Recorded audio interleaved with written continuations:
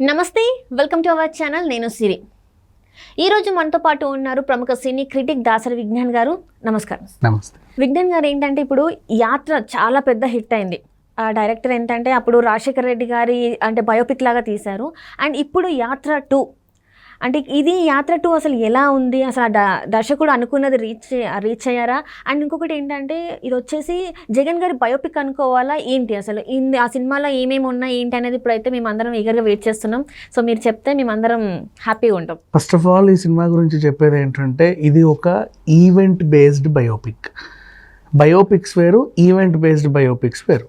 Event based biopics అంటే just ఆ వ్యక్తి జీవితంలో జస్ట్ ఒక చిన్న సెగ్మెంట్ని ఎండ్ టు ఎండ్ కట్ చేసి దాన్ని మాత్రమే సినిమాగా మలుస్తారు అంతే.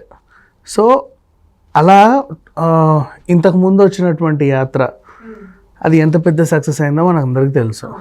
దానికి కొనసాగింపుకు దాదాపు 5 ఏళ్ళ తర్వాత ఇప్పుడు ఈ సినిమా వచ్చింది.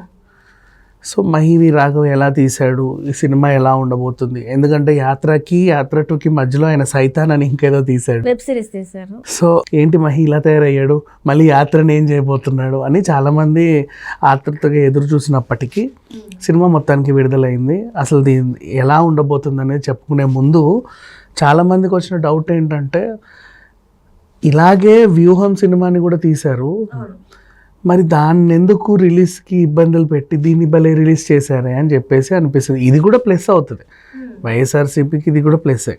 మరి అంత ఇది ఉన్న వాళ్ళు దాన్ని ఎందుకు రిలీజ్ చేయించుకోలేకపోయారు అని ఒకటి ఉండిపోయింది. సరే, దాని గురించి పక్కన పెట్టేద్దాం. ఇక ఈవెంట్ బేస్డ్ బయోపిక్ ఏంటంటే వైఎస్ఆర్ గారు జగన్ని ఎంపీగా నిలబెడతాను అని చెప్పేసి చెప్పడం కడప ఎంపీకి. అండ్ ఆ తర్వాత ఆయన రచ్చబండకి వెళ్తూ హెలికాప్టర్ కూలిపోయి చనిపోవడం. ఆ తర్వాత ప్రజా సంకల్ప యాత్ర ఏదైతే చేశాడో జగన్, ఆ ఓదార్పు యాత్ర, ప్రజా సంకల్ప యాత్ర, ఇవి జస్ట్ ఆ యాత్ర బేస్డ్ మాత్రమే ఈ సినిమా. సో ఓన్లీ యాత్ర బేస్డ్. ఇక దీంట్లో ఏముంది అని అనుకుంటే ఎక్కువ డైలాగ్స్. మహిరాఘవ దేని మీద దృష్టి పెట్టాడంటే ఇప్పుడు ఇక్కడ ఏం లేదు, తండ్రికి ఇచ్చిన మాట కోసం అంటే జనాలకి ఏమేం కావాలి, వాళ్ళ బాగోగులు చూసుకోవడం అండ్ వాళ్ళలో కలిసి వాళ్ళ మాటలు వినడం, ఇట్లాంటి సెగ్మెంట్ అంతే. జస్ట్ యాత్రలో ప్రతి సీన్ ఎమోషన్. ఎవరింటికి వెళ్ళినా వాళ్ళు ఏదో అందరి ఇళ్లలో దేవుడి ఫోటోతో పాటు రాజశేఖర్ రెడ్డి గారి ఫోటో ఉండడం అండ్ మళ్ళీ ఆయన వాళ్ళ గురించి ఎమోషనల్గా అడగడం. మధ్య మధ్యలో కొన్ని డైలాగ్స్ పేల్తా వస్తాయి. కడపోడు జగన్ అన్న అందుకని చెప్పేసి అంటే ఓడిపోతానని తెలిసినా సరే శత్రువులకు తల వంచడు, ఇట్లాంటి కొన్ని డైలాగ్స్. అండ్ నువ్వు ఒక బ్లైండ్ అయిన వచ్చి నువ్వు మా రాజన్న కొడుకువి, నువ్వు మా కోసం రావాలి, ఇట్లా చాలా ఉన్నాయి. 1, 2 అని చెప్పుకోలేము, కానీ డైలాగ్స్ అయితే నిజంగా చాలా బాగున్నాయి. అంటే సీన్ నెక్స్ట్ లెవెల్. అరే యాత్ర వెళ్తున్న కొద్దీ ఇంకేం వస్తాయో అనిపిస్తూ ఉంటుంది. బేసిక్ ఇట్లాంటి సినిమాలు ఏంటంటే ఒక టైప్ ఆఫ్ ఎపిసోడ్స్ మీద రన్ అవుతుంది. ఇప్పుడు ఇది భక్తి సినిమా అనుకో, ఫర్ ఎగ్జాంపుల్ సాయిబాబా సినిమా అనుకుందాం. ఆయన నడుస్తూ ఉంటే ఒక్కొక్కరు వచ్చి వాళ్ళ కష్టాలు చెప్పుకుంటూ ఉంటారు, ఆయన తీర్చుకుంటూ వెళ్తూ ఉంటారు. లేదు మనం ఒక కమర్షియల్ సినిమా లైక్ చిరంజీవిదో లేకపోతే రజనీకాంత్దో ఏదన్నా లేదా కమల్ హాసన్ ఇండియనే అనుకో, రకరకాల మంది వాళ్ళ సమస్యలు ఈయన లంచాలు అన్నీ తీసుకుంటూ ఎపిసోడ్స్ ముగించుకుంటూ ముందుకు వెళ్తాడు. సో ఇప్పుడు ఇది యాత్ర కూడా ఇట్లాంటి అంటే ఈవెంట్ బేస్డ్ సినిమాలు ఇందాక నేను చెప్పినవి, ఇప్పుడు ఇది ఈవెంట్ బేస్డ్ బయోపిక్ అనమాట. సో ఇదేంటంటే ఆయన జీవితంలో అక్కడ నుంచి ఇక్కడ వరకు కత్తిరించారు. వెళ్తున్న కొద్దీ ఆసక్తికరంగా ఉంటుంది. ఎలా అయితే మనకి మమ్ముట్టి సినిమా ఇప్పుడు నేనున్నా ఆ డైలాగ్ ఇందులోనూ ఉంటుంది. ఎలాగైతే అది మనకి బాగా కనెక్ట్ అయిందో సేమ్ ఇంకా చెప్పండి దానికి మించి ఇది కనెక్ట్ అవుతుంది అనడంలో ఏమాత్రం అతిశయం. అంటే యాత్ర 2 హిట్ అని అనుకోవచ్చా? సినిమా హిట్ సినిమా ఫ్లాప్ అనేది ఈ రోజుల్లో ఎవరు చెప్పలేరు. వై? బికాజ్ చాలా బాగున్న సినిమాలకి డబ్బులు రాని సందర్భాలు ఉన్నాయి, అవునా? ఇది ఒక సినిమానా అనుకున్న వాళ్ళు మాకు 200 కోట్లు వచ్చాయి 300 కోట్లు వచ్చాయి అని చెప్పుకున్న దాఖలాలు ఉన్నాయి. సో హిట్ ఫ్లాప్ అనేది చెప్పలేం, కానీ సినిమా ఎలా ఉంది అని చెబితే ప్రేక్షకుడు కనెక్ట్ అవుతుంది అని మాట్లాడుకుంటే frame to frame, pin to pin అది అలా లీనమైపోయేలా చేస్తుంది. అండ్ ఈవెన్ యాక్టర్స్ కూడా అలాగే పర్ఫామ్ చేశారు. అండ్ నెక్స్ట్ అంటే ఇంకా ఇది జగన్ని కడప ఎంపీగా భారీ మెజారిటీతో గెలవడం, ఆయన ఎలాగైనా దించాలని చెప్పేసి అప్పుడు చంద్రబాబు నాయుడు గారు వాళ్ళ అంటే కుట్రలు అంటే ఆయన దింపేయాలి ఎలా, ఆయన కుట్ర చేశాడో లేదో తర్వాత సంగతి, వీళ్ళ తరఫున సినిమా కాబట్టి వాళ్ళ కుట్ర చేసినట్టుగా చూపించారు. అది సరే ఏదో ఒక రకం. ఇప్పుడు ఆయన హీరో అనుకున్నారు వీళ్ళంటే ఖచ్చితంగా అవతల వాళ్ళందరూ విలన్సే కదా. ఇక సోనియా గాంధీ గారైనా విలనే, మిగతా వాళ్ళందరూ విలనే. ఇకపోతే కేతకి గురించి మాట్లాడాలి. మన భారతి గారి క్యారెక్టర్ ఏదో అచ్చుగుద్దినట్లు కొన్నిసార్లు మనము ఊత పదాలు ఉంటాయి, అచ్చుగుద్దినట్టు అంటారు. అచ్చుగుద్దినట్టు అంటే ఇట్లా తీసి అలా ఇస్తే సేమ్ ఉంటాయి అని. అవును, అట్లాగే ఫేస్లు నిజంగా ఆ పదానికి ఈవిడ సరిపోయింది అనిపిస్తుంది. పర్ఫెక్ట్గా ఉంది. అండ్ నెక్స్ట్ అండ్ ఈవెన్ తన యాక్టింగ్ కూడా నెక్స్ట్ లెవెల్. అలాగే చంద్రబాబు నాయుడు క్యారెక్టర్లో మన మంజ్రేకర్ గారు, ఆయన ఇక చెప్పాల్సిన అవసరం, he's a very good actor. So ఆయన ఆ పాత్రను కొంచెం రక్తి గట్టిచ్చారని చెప్పుకోవచ్చు. అంటే వ్యూహం లాగా యాజ్ ఇట్ ఈస్ మొఖాలు తేలకపోయినా ఇంచుమించు పర్లా అలాగే ఉన్నాయి. ఈవెన్ జగన్ గారి క్యారెక్టర్లో ఆయన హావభావాలు పలికించడంలో జీవ సక్సెస్ అయ్యాడని చెప్పుకోవచ్చు. మమ్ముట్టి గారు కనబడేది కాసేపే అయినప్పటికీ కూడా అసలు ఈయన లేకపోతే ఈ సినిమా లేదేమో, అంటే ఇంపార్షియల్గా కంప్లీట్ అవుతుందేమో అన్నట్టుగా అనిపిస్తుంది.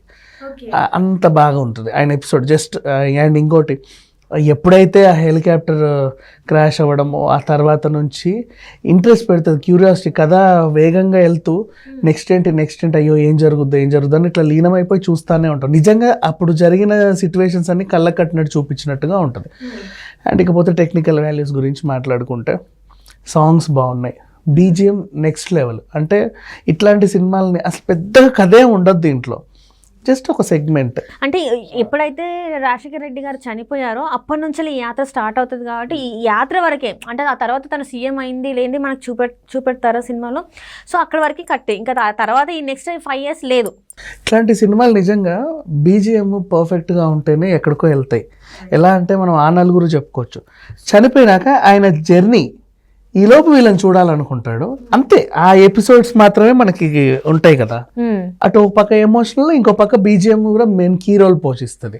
సేమ్ అలాగే ఆటగదిరా శివ అని ఒక సినిమా, అదేంటంటే ఉరి శిక్ష పడ్డ ఖైదీ తప్పించుకుంటే ఉరేసేవాడికే దొరుకుతాడు, చంపేవాడు చచ్చేవాడు కలిసి చేసే జర్నీ. అంటే జస్ట్ అంతవరకే సెగ్మెంట్. ఇట్లాంటివి event based pics, event based biopics ఎప్పుడైనా సరే వచ్చినప్పుడు అంటే వాళ్ళు ఎంచుకునేది అంతవరకే, ఆ ఒక్క జర్నీలో జరిగే కథే వాళ్ళకి కావాలి. సో దాన్ని ఆసక్తికరంగా మలచాలి అంటే సంగీతం చాలా కీ రోల్ పోషించాలి. ఇది అంతకు మించి ఇచ్చాడు. అండ్ నెక్స్ట్ అలాగే కెమెరా పనితనం కూడా చాలా బాగుంది, నిర్మాణ విలువలు కూడా చాలా బాగున్నాయి. అండ్ వీళ్ళని అడిగారు ఎందుకు తమిళ వాళ్ళని తీసుకొచ్చారు అంటే, తెలుగు వాళ్ళని పెడితే బెదిరిస్తారు, వాళ్ళని చంపేస్తారు, ఇంకేదో చేస్తారు, ఎట్లా చేస్తున్నావు జగన్ అన్న పాత్ర నువ్వు అని ఏదో అంటారు, అందుకే వేరే వాళ్ళని తెచ్చి. అయినప్పటికీ వాళ్ళకు కూడా కొన్ని బెదిరింపు కాల్స్ వెళ్ళాయంట. ఓకే, ఆయన చెప్పుకున్నాడు జీవ. సరే ఇక అసలు విషయానికి వస్తే మొత్తం ఓవరాల్గా సినిమా ఫస్ట్ నుంచి టైటిల్స్ నుంచి ఎండ్ వరకు ఒక మనిషి 100 రూపాయలు 150 పెట్టి టికెట్ కొంటే అక్కడికి కావాల్సిన, ఇవాళ రేపు చాలామంది ఏం చేస్తున్నారంటే సినిమాల్లో ఇది బాగుంది ఇది బాగాలని టిక్కులు చేస్తున్నారు. వాళ్ళు ఏదో ఎగ్జామ్ రాయడానికి థియేటర్కి వెళ్తున్నట్టుగా టిక్కులు చేసుకుంటూ వస్తున్నారు, రౌండ్ అప్పులు చేసుకుంటూ. అసలు మనకు కావాల్సింది ఏంటి? మనం వెళ్ళి లోపల కూర్చున్నామా 2.5 గంటల్లో మనకి ఎంటర్టైన్ చేసిందా లేదా, అంతేగా. మనం వెళ్ళేదే ఎంటర్టైన్మెంట్ కోసం, మనం ఏదో దాని డిటెక్టివ్ లాగా వెళ్ళి దాంట్లో తప్పులు ఎతకడానికి అయితే వెళ్ళట్లా. సో అట్లా చూసుకుంటే ఒక 100 రూపాయలు 150 పెట్టిన మనిషికి ఫుల్ మీల్స్ అని చెప్పుకోవచ్చు. ఇంకా జగన్ ఫ్యాన్స్కి అయితే ఇక ఈ సినిమా ఇక్కడ పెట్టుకుంటారు నెత్తి. అంటే ఓవరాల్గా ఈ సినిమా ఇటు జీవాకి ఇటు జగన్ గారికి ప్లస్ అవుతుంది అంటారా? అందరికీ ప్లేస్ అవుతుంది. మమ్ముట్టి గారికి బీభత్సమైన ప్లేస్. అసలు మమ్ముట్టి గారిలో రాజశేఖర్ని చూసుకున్నారు లాస్ట్ టైం యాత్రలోనే, ఇప్పుడు ఇంకా ఎమోషనల్. అసలు ఆయన అట్లా ఒదిగిపోయారని చెప్పుకోవచ్చు ఆ క్యారెక్టర్లు. అదేంటో అసలు వెరైటీగా నిజంగా అందరూ బాగా చేశారు. ఓవరాల్గా మీరు ఈ యాత్ర 2కి ఇచ్చే రేటింగ్ ఎంత? యాత్ర 2 సినిమాలో హింస, అశ్లీలత, అసభ్యత, బూతు డైలాగులు, చిన్నపిల్లలు చూడకూడనటువంటి అంశాలు, లేడీస్ని అసభ్యంగా తాకే అంశాలు, ఇలాంటివి ఏమీ లేవు. క్లీన్ చిట్ సినిమా ఇది. సో ఇట్లాంటివి ఉంటేనే, యానిమల్ హామ్, రక్తపాతాలు ఉంటేనే మనం కొంచెం రేటింగ్లు తగ్గిస్తాం అంతే. సో దీనికి 4/5 హ్యాపీగా ఇచ్చుకోవచ్చు. 5కి 4 ఇస్తున్నారు. హ్యాపీగా ఇచ్చుకోవచ్చు, దీంట్లో ఏం లేదు. మిగతావి ఏంటంటే చిన్న చిన్న లోపాలు అంటే ప్రతి సినిమాలోనూ ఉంటాయి, అది పెద్దగా పట్టించుకోవాల్సిన అవసరం కూడా లేదు, బట్ ఇట్స్ ఓకే. సో ఓవరాల్గా సినిమా అయితే హిట్ అయితే. Yes. Okay, nice. Thank you so much అండి. Thank you so much.